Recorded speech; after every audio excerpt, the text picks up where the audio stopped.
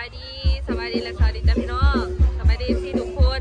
ที่นี่เราทำข้าวสูตรซอกให้ดีซาวลาคือกันเนาะเข้ากันลงมาหวานพี่น้องฝนตก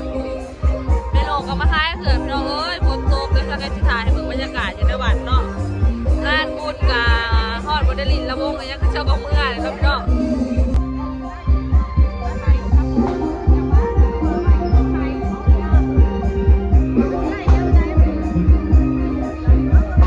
ส่งนะบัวมาทีไรเป็นกวาดแถวประจักษ์ตักเลยหายก็ได้นะ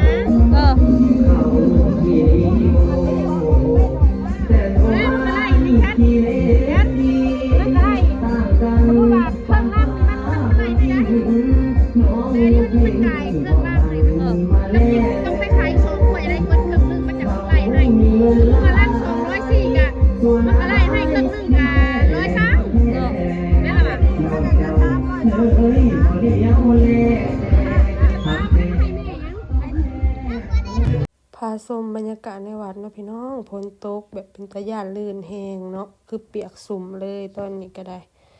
บางห่านก็จนเก็บเมื่อจนสิเบิดเลยเนาะบางห่านก็ยังนี่จ้ะพี่น้องก็สิยังเล็กๆน้อยๆเนาะบ่หลายคือตอนวงดนตรีเขาเจ้าก็เก็บเลยเนาะพี่น้องพอฝนมันตกเนาะฝนตกแล้วก็บัดนี้พันมันเปียกมันเปื้อนแล้วก็เจ้าก็เก็บแล้วก็ย่ามันโตกอีกเนาะเขาเจ้ากำลังเก็บเมื่อบุญปีนี่ก็คือมีวงดนตรีมหากรรมาแล้วก็มาทำกับเจ้าสามเนาะบ่ได้เปิดซ้ำจักหูเขาก็จะปิดอ้าวจากแรกของพี่ก็จะจัดเก็บเลยเพื่อพลกระเสาเก็บเลยเสากันเดิน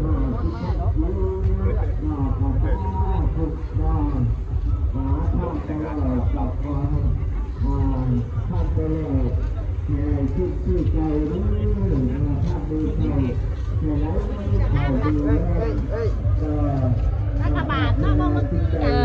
แบงค์50 บาทนะ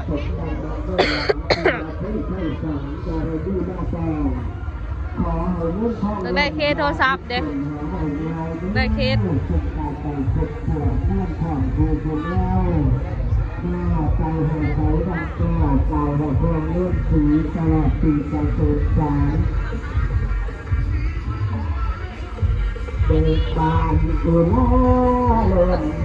ได้เต้นซ้ำเขาเก็บแล้วทุกอายุวันเดิมสุขทางพลังดีทางใจดีน้อยจงคนอยู่บ้านจากคณะจังใดก็อดชาอดเย็นกินชาต่างถึงอดชาเย็นกินลิ้นต่างกระตายอดชาต้องเถื่อนสายแก่พัดผู้ดีนั่นแล้วทักคนรักทักคนไอทักคนไทยใครเจ้าก็เบิ้ลเลยได้เลยแต่ตีน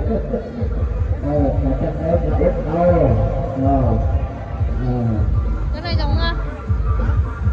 มื่อสาวแคทกะสินังค้าน้ำเมจักหน่อยจังสิเมื่อเนาะพี่น้องพอพ้นกะสิโตกเลยเนาะแล้ววันนี้มันก็ลื่นอีกเนาะเมกะคล้ายไปเบิ่งอีกก่อนเนาะถ้าว่าเนี่ยได้จังเก็บเมื่อจ้าแคทก็ลงมานะพี่น้องอยู่นอนไปแป๊บเดียวเนาะกับบริถ่ายยังร้ายเลยไปเบิ่งเมคล้ายเครื่องจ้าพี่น้องพอพ้นโตกห้ามตั้งแต่หัวแรงเนาะจนตอนนี้ฮะก็เศร้าแล้วก็เฮาก็ลงไปแล้วก็ไปนั่งประมาณชั่วโมงเนาะ2 ชั่วโมงแล้วก็เศร้าแค่ก็ขึ้นมาแล้วเพราะว่ารู้สึกบ่สบายนะพี่น้องแล้วก็เจ็บหัวแล้วก็เมื่อยเนาะเพลียอยากนอนก็เลยขึ้นมาก่อนเนาะเดี๋ยวมื้ออื่นเฮาจะมาเบิ่งกันใหม่แล้วก็สิมาเวียนเฮือนเนาะพี่น้องคือมืองานเฮาก็บ่ได้หาบแขกเลยเนาะเพราะเฮาบ่ได้เฮ็ดหยังเลยจ้ะพี่น้องสบายดีจ้าพี่น้องตาผ่ามาตอนเช้าเนาะล้างฉากแล้วบุญเนาะเดี๋ยวสิมาถ่ายเบิ่งแบบเสียงโหดขนาดเลยเนาะเขาจะล้างบ้านจ้ะพี่น้องล้างบ้านจะล้างบ้านนะพี่น้องเดี๋ยวซาเคสิถ่ายให้เบิ่งม่วนเนาะตะม่วนแฮง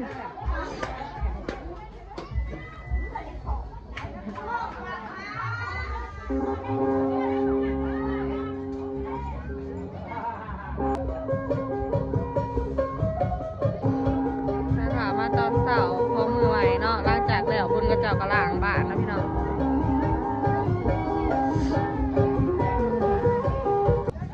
เ